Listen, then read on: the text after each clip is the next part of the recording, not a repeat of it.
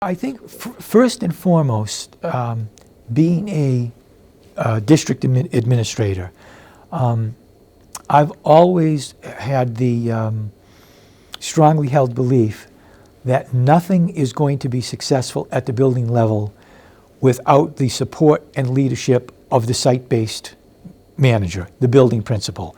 So, the first precept of anything that I say has to say that this kind of initiative needs to involve the building leadership, and there needs to be a strong commitment on the part of the building leader. Having said that, I think there are several ways that district leadership can help. And I think that there are at least 4 ways that come to mind. Advocacy, communication, training, and community connections. And what I mean by advocacy is that people in a district leadership position, in some ways, they have the pulpit from which to speak out and be heard. So that, for example, at the district level, we can create the conditions for success. I think our job at the district level is to create the conditions for success at the building level. And that means that when we have an initiative like trauma-sensitive schools, safe and supportive schools, we can speak out. We publicize that. We publicize the initiative. We try to make that be a district priority. For example, we set that as a part of the superintendent's strategic plan. So it becomes sort of memorialized in the strategic plan. We ask people to put this initiative, Safe and Supportive Schools, Trauma-Sensitive Schools, as part of their building school improvement plan. So that idea of making this effort a district-wide, a city-wide priority, and publicizing the event is one way that we can advocate.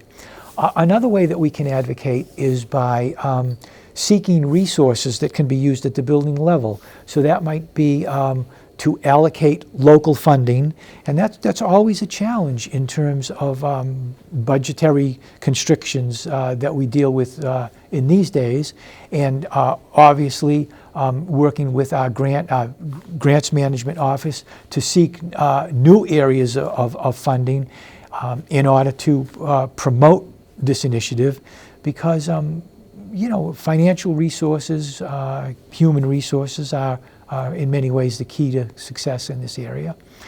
And we also can contribute because of the district level ability to promote research. We manage the data collection systems. We are in charge of research and pilot initiatives in helping the building to support that. So that, for example, some of our good success has come about because of pilot efforts, initiatives that we wanted to pilot, for example, mindfulness. So that was an initiative, that was an intervention that was sort of created by one of our psychologists and then promoted and implemented by volunteer teachers. So, but we were able to sort of buy the curriculum materials, sponsor the training for that. So this idea of advocacy, I think, is an important role that districts can play. District level administrators can play. So I think a second and related way for district level administrators to help out is to foster good communication, and by that I mean the district level administrators are in a position to, for example, talk with the school board, the school committee, and so periodically to make reports to the school committee about what's happening in the building at the building level, to report on progress. and to publicize the effort, I think is good.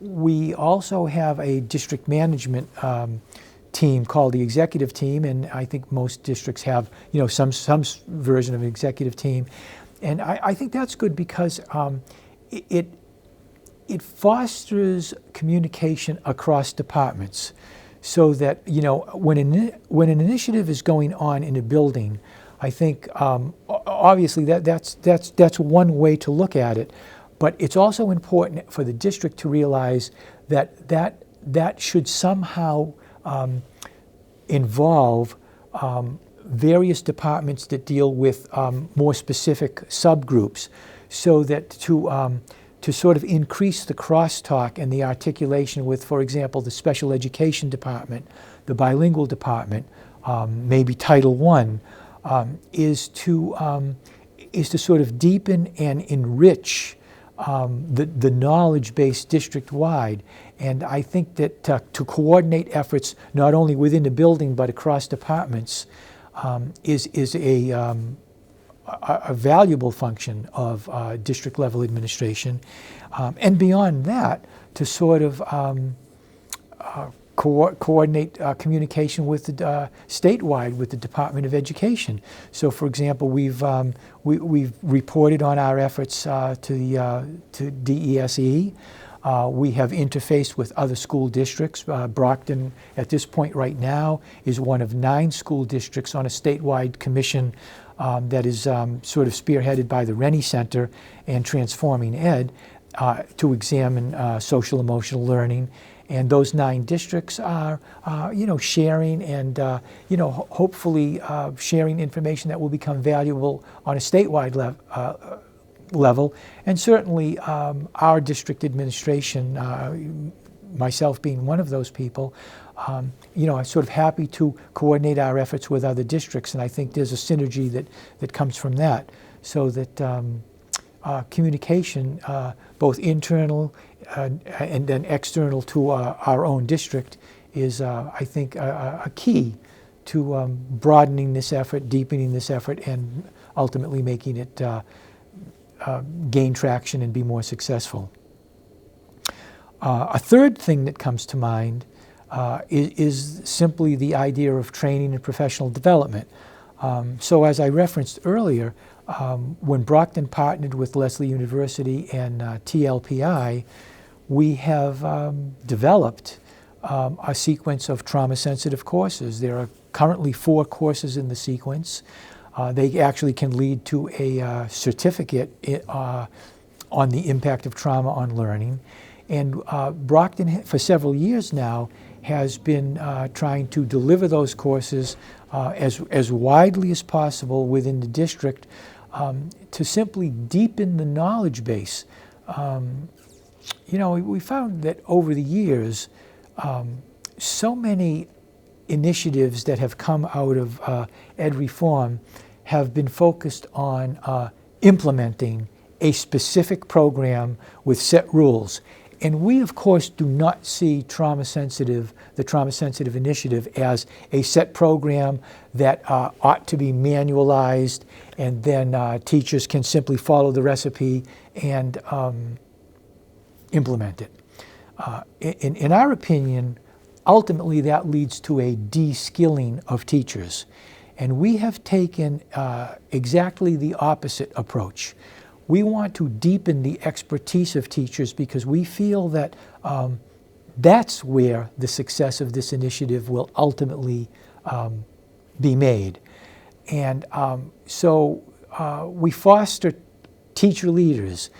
We foster the idea of creating initiatives that are tailored to one's school, one's environment, one's strengths in the building, in order to target one's maybe weak areas in the building. And we run the trauma-sensitive courses with that in mind. We also do our professional development with that in mind. So it's the opposite of attempting to de-skill teachers by getting them to simply implement a program, and if I can be permitted, to say somewhat mindlessly. This is constantly thinking about one's practice, being reflective about one's practice, and then adjusting one's actions in response to that. So it fosters a sense of shared leadership, a vision of shared leadership. It fosters the creation of teacher leaders in a way, to my mind, that other reform initiatives do not.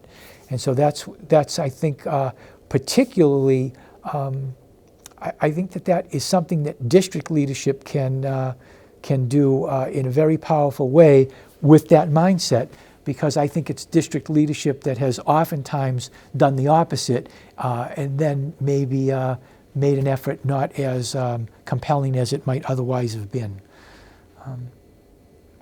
And of course, the fourth area that I think district level leadership can be helpful is in the idea of community connections. For example, here in our district, we have had a trauma advisory board. The Trauma Advisory Board is a committee that is not merely composed of school people, but it involves the district attorney's office. It involves counseling agencies in the city. It involves DCF and other human service agencies in the city. It involves representatives from the police department.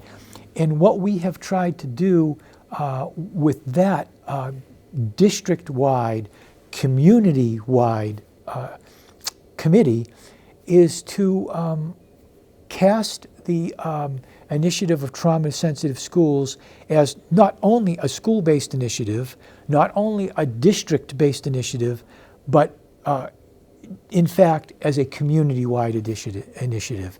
And we have sought the counsel of those players in the city in terms of, we're dealing with the same children. Those agencies are dealing with the same children that we're dealing with.